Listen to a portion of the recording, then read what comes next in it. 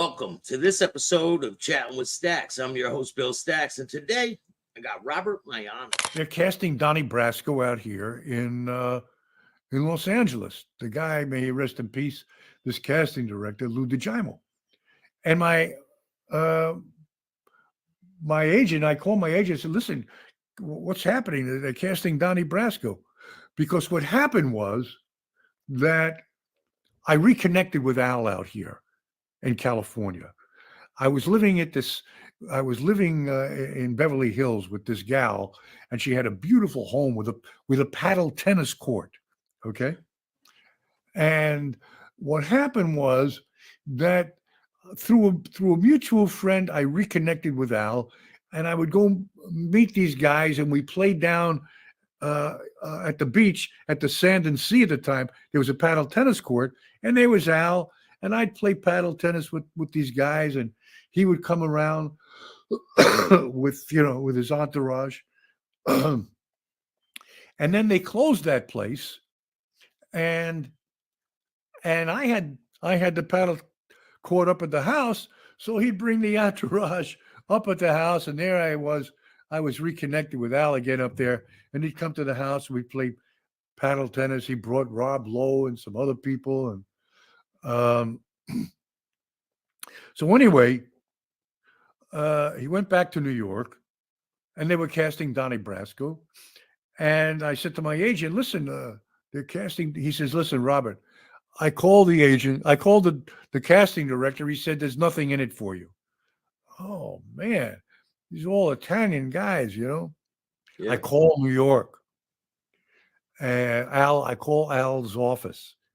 And the guy that was traveling with Al, who would drive him to the house, and he was a great guy. And he says, "Hey, Robert, how you doing?" I said, "Listen, they're casting Donnie Brasco, and my agent says the casting director says there's nothing in it for me." He says, "Robert, I'm making Al's list right now as we speak. I'll put your name down." I think a day later, no more, I get a call from the casting director. He wants me to come in, pick a script up, and look at the role of Sonny Red. Wow, okay. So I go to Sony, I get the script, I go home, and I prepare Sonny Red, which was more of a sketch role. It wasn't like a flushed out role. And the other role was like Sonny Black. Anyway, I go back the next day to meet the director, Mike Newell, right? Mm-hmm. We go inside the studio. I sit down, and I'm waiting to meet Mike Newell. And these other two actors come up and sit next to me, right? And the casting director comes out, and he brings all three of us in to meet Mike Newell. So I go sit down in a chair, and the chair was in the middle, and this guy comes in, this other actors, and he talks like, "Hey, Bobby, we got the roles here. He says, why don't you move to the other chair?" So I said, "Oh, all right." So I go sit in another chair, and the chair is like a little chair, like a tiny chair. And now I'm looking up at everybody. I said, "No, this doesn't work." I get up, I grab another chair. Mike Newell says to me, "Are you," he's an English guy. He says, "Are you happy, Robert?" I said, "No, not really." So anyway, we read the roles, right? We finish reading, and we get up. We sitting there, and Mike Newell, he gets up. He's got a cup of coffee in his hand, and he reaches out to me like this with his left hand, and he puts his left hand in my face, and he holds the coffee, and I'm saying, I said, "Son of a, what am I supposed to do? Kiss this guy's hand?"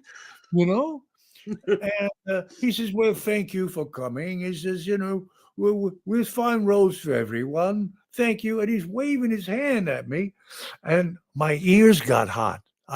Because where we come from, somebody gives you their left hand in your face, like, what the hell is that? I said, "Yeah, excuse me 1 second." So I go outside. I said, "Robert, calm down, relax." I take it, I take a moment or two. I walk back inside, and he's still parading around Mike Newell. So we leave, the three of us, And I say, you know what, man? We all got stroked just now. He's bringing all three of us in at the same time. So, you know, the guy, no, no, no, don't worry. He liked us. He really liked us. Don't worry about it. Yeah, he's a good guy. Don't worry. So a week goes by. I don't hear nothing. 2 weeks goes by. I don't hear nothing. And all of a sudden, my agent calls me. He says, Robert, I got a call from casting. They want to hire you as a local hire in New York to play the role of Sonny Red. I said, son of a gun. So, okay, fantastic. I'll do it. They I think they flew me out, but they wouldn't put me up. Fortunately, I have a cousin in New York that had a beautiful penthouse on the east side, so I had a place to crash. Yeah. And I go to the Gulf and Western building, and we're all going to read the script. And there's Johnny Depp and Michael Madsen and Anne Hesh, Bruno Kirby. We're all sitting there waiting around for Al to show up, right? Mm-hmm. And there I am sitting in that waiting area. The elevator opens, and Al walks out. I said, Al. He says to me, Bob, you're doing this, Bob. So I'm 2 weeks into the shoot, and I go to Mike Newell. I said, Mike, I said, you saw all these people. I said, because I wasn't sure how I got the role. I said, tell me, I said, why did you give me the role? He says, Robert, it was your cruel eyes. Your cruel eyes. So when I looked at him, when he gave me the left hand that time, and I gave him a look like I wanted to take his head off, right? Yeah. That's what he saw. And he put that in the movie because there's that one shot of me, looking at Michael Madsen where he gives me that close-up, that look. But the look I gave him in that room that day, I think he saw the guy that he wanted to play that guy, Sonny Red. And that's how I got that role. That's insane. That's a great story. Great story. Yeah. So anyway, and I kept banging. Look, I know this. Look, there's no finish line, Billy. I just keep going, and I'm living in Santa Monica. I've got 2 cats. I married this beautiful young Swiss girl, and she's an actress, Sylvia Spross, and we live 6 blocks from the beach. And I keep working. Like that's how I met you. Yeah. I got a call from this girl, Lisa. I think we went to this autograph signing in New Jersey, mob cons, and everybody, Michael Madsen was there, Eric Roberts was there, and blah, blah, blah. And this gal was there who was married, Lisa, who was married to Henry Hill. Yeah. And what's her name was there? Dana. And I didn't, yeah. And I met them there. So I don't know, out of the blue, like 2 months ago, I get a call from Lisa and she says, what are you doing, Robert? I said, I'm doing my thing out here. She says, she says, I have a girlfriend of mine in Connecticut who's putting a film together. Why don't you give her a call? I called Dana. She sends me the script. I look at the script. I said, yeah, sounds like fun. She wanted me to play a Russian gangster. I do Russian accent. It's okay. I do it. And we talked on the phone and we had this connection right away. It's like it was easy. We negotiated back and forth and we agreed on, what the rate was and on the date and blah, blah, blah, blah, blah. And I fly out to Connecticut and she puts me up in her house. And let me tell you, Dana is an unbelievable girl. Yeah. I mean, she treated me, she was like a daughter to me. She really was.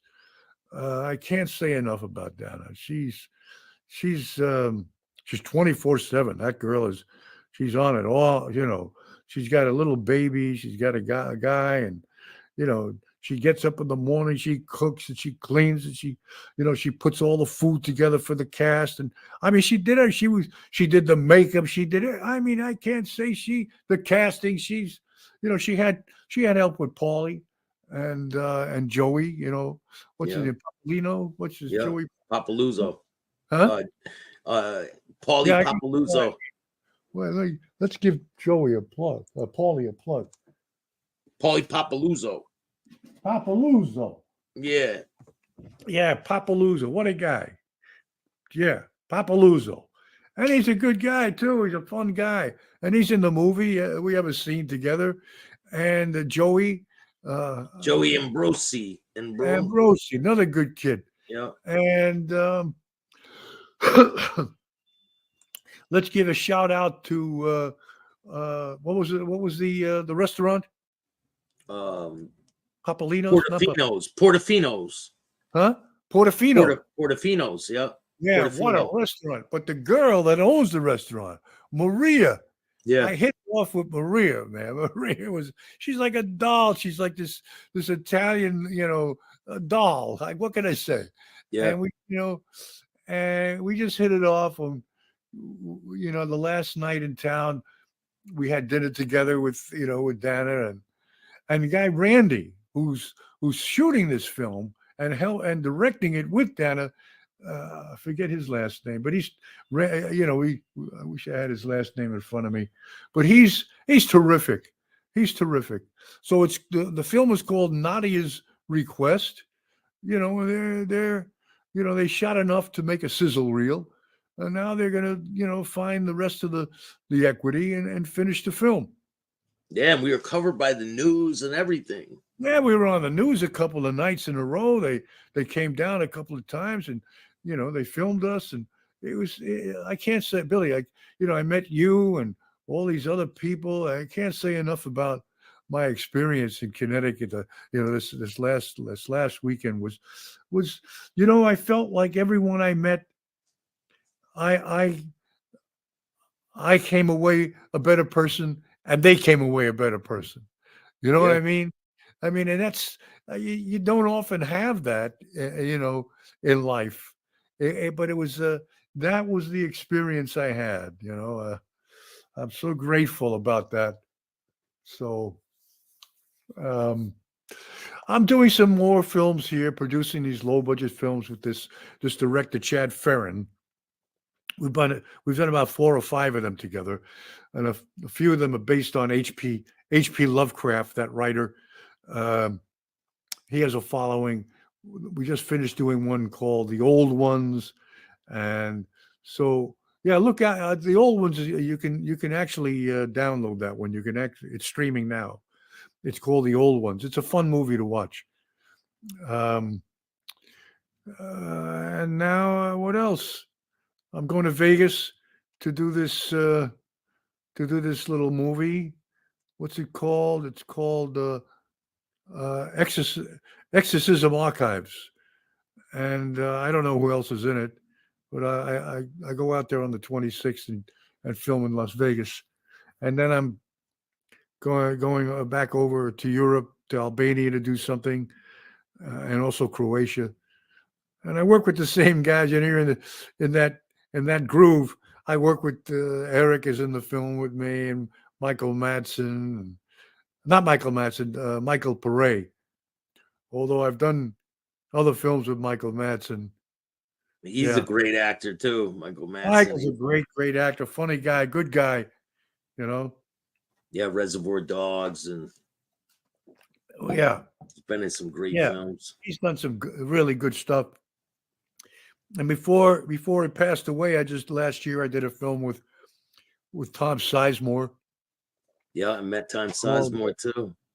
Imperatos. He was a terrific actor, and I'll tell you something. He tells the best stories. That guy. Talk about guys that tell stories, and a lot of them are not. A lot of them he would just make up as but he was a hell of a storyteller, man, but a brilliant actor, wonderful actor. So, Billy, that's, I mean, in a nutshell, that's where I've been at for the last, you know, God knows how many years, man.